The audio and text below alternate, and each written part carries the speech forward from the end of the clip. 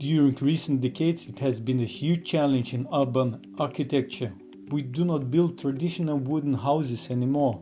Instead, we build modern, high-rise buildings using modern, man-made building materials. These building materials are chosen with respect to durability, robustness, price, and easy maintenance. We do not live anymore in homes made of natural materials. Synthetic materials take also almost all indoor surfaces. Look around in your room. What do you see? The ceiling is painted with some painting, and I bet your walls are painted as well, or covered with some synthetic wallpapers. The couch is made of synthetic fabrics, and on the floor you will find a synthetic laminate. And if you have furniture made of natural wood, I bet it's also covered with some synthetic finishing, like lacquer.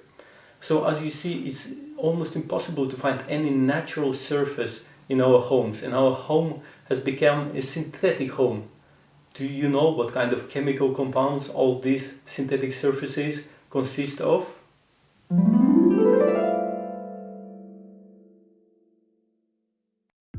Do these synthetic materials have some impact on our health? Do they emit something in the air? Or is it safe for us and for the environment? Research shows that an average person in developing countries spends over 80% of his time inside. So it means that we are almost always surrounded by man-made synthetic materials while we are at home or in the office.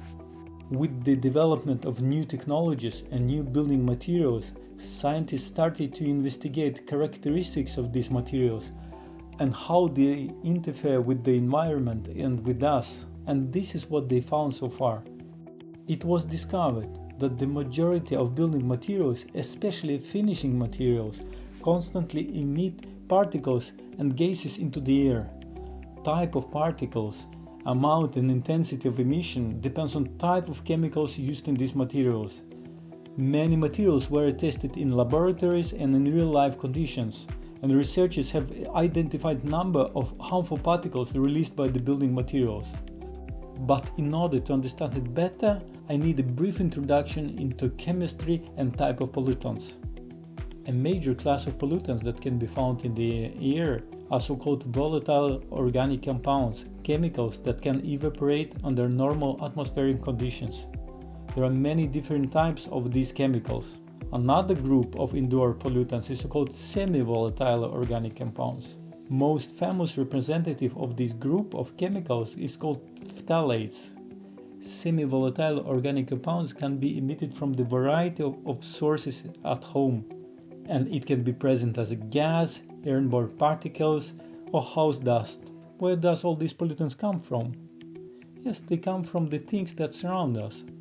The most intense source of pollution in an ordinary residential house is laminate. Yes, that one that you have under your feet. Researchers have investigated it in labs and also tested in real-life conditions, and came to a conclusion that many types of laminate release formaldehydes into the air.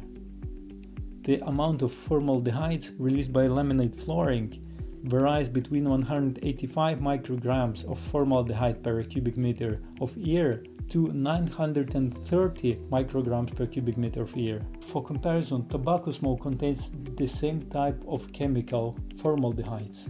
Smoke of cigarettes, depending on tobacco type, contains between 3.4 microgram to 8.8 microgram of formaldehyde per cigarette.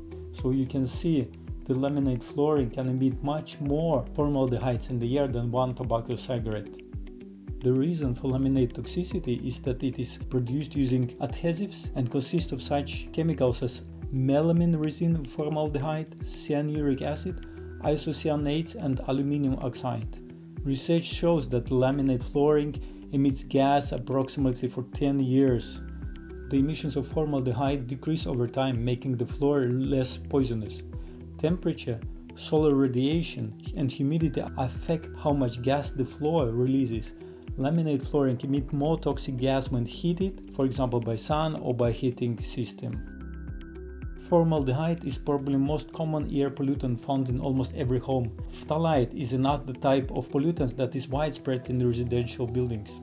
Phthalates are a group of chemicals that are used to make plastics, many polyvinyl chloride or vinyl. The sources of phthalate at home can be vinyl floor coverings, vinyl-based wallpapers, or similar surfaces, as well as solvents and cleaning products. For example, a study of 346 residential houses in Sweden revealed that phthalate concentration in home dust was far above acceptable levels. However, when the scientists studied Norwegian houses, they found out that the level of phthalates in the home dust was much lower compared with the Swedish houses, and this is explained by the use of different building materials in these houses. Besides formaldehydes and phthalates, there are many more other chemical compounds that found in an air in ordinary residential houses and apartments. The main sources of these chemicals are textiles, carpets, clothing, electronics, building materials, furniture, cleaning products, and personal care products. Now we see that while we are at home, we are always surrounded by different types of chemicals. How all these chemicals affect us and our health? All these chemicals are released in the air we breathe in, so even if we do not see or feel it, we still breathe in some amount of these chemicals in different combinations and concentrations while we are indoors. The particles and gases travel into our organism together with the air we breathe in. The smaller particle is, the further down it can travel in the lungs. The smallest particles can travel all the way to the bottom of the lungs. Larger particles and dust, they stuck in our nose and throat, and we can usually get rid of it by coughing. However, if particles are very small, they usually stuck in the bottom of our lungs, and it's very unlikely we can get rid of them in easy way. Such particles can stay in our lungs for a long time or even travel farther to our blood system. So what do these chemicals do to our health? Let's analyze two most widespread chemicals in our houses and see what the science says about them. Let's start with the formaldehyde. The International Agency for Research on Cancer classifies formaldehyde as a human cancerogen. Laboratory studies showed that exposure to formaldehyde could cause nasal cancer in rats. Prolonged exposure to formaldehyde in humans can also cause cancer. A National Cancer Institute case control study found an association between increasing formaldehyde exposure and mortality from myeloid leukemia. And what about phthalates? Many phthalates are hormone disrupting chemicals that interfere with the production of testosterone.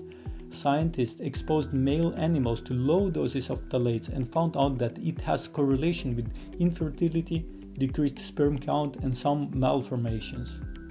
When combined at low levels, some phthalates can act together and cause similar harm as seen with exposure to just one phthalate at high levels. Phthalates have also been linked with obesity, reduced female fertility, preterm birth, low birth weight, worsening of allergy and asthma symptoms, and altered toddler behavior. Other phthalates have been also linked to other types of birth defects. Report of National Academy of Sciences in the USA, Phthalates and Cumulative Risk Assessment, concluded that there was sufficient evidence that prenatal exposure to 7 types of phthalates caused common adverse effects on male reproductive development in animals, causing what is now known as phthalate syndrome. Furthermore, research shows that exposure to formaldehyde and phthalates has been associated with the increased risk of asthma, allergies, and pulmonary infections. A study of workers in an office building found that they were diagnosed with an adult onset of asthma at the rate of about 9 times higher than expected. The researchers identified PVC flooring as the source of chemicals in the air. A study published in 2014 found the children born to the mothers exposed while pregnant to high levels of phthalate chemicals had 78% increase in risk of developing asthma between age 5 and 11. Another big question is how the combination of all these gases and particles and chemicals affect our health, especially in a long-term perspective. As we can see now, while at home, we are continuously exposed to a huge number of different substances that are found to be cancerogenic or cause pulmonary disease. and taking into consideration that we spend about 80% of our life indoors, such type of exposure has huge impact on our health, especially in the long term. Some scientists started to investigate the impact of this chemical cocktail to our health, and I'm looking forward to find more about their findings. Can we do something to decrease this exposure of chemicals to our health? Yes, we can do something to some extent. First, make sure that your home is well ventilated. Check if you can get rid of synthetic materials and surfaces, carpets and PVC items. If you renovate your house, do not buy products containing formaldehydes or phthalates. Choose natural materials like wood, linoleum, plain ordinary wallpapers, and natural carpets. Check what kind of cleaning products do you use. Prioritize environmentally friendly products without any perfume. I hope you have learned something new today. Please let me know what other topics would be interesting for you, and I investigate it and make a video for you based on facts and research.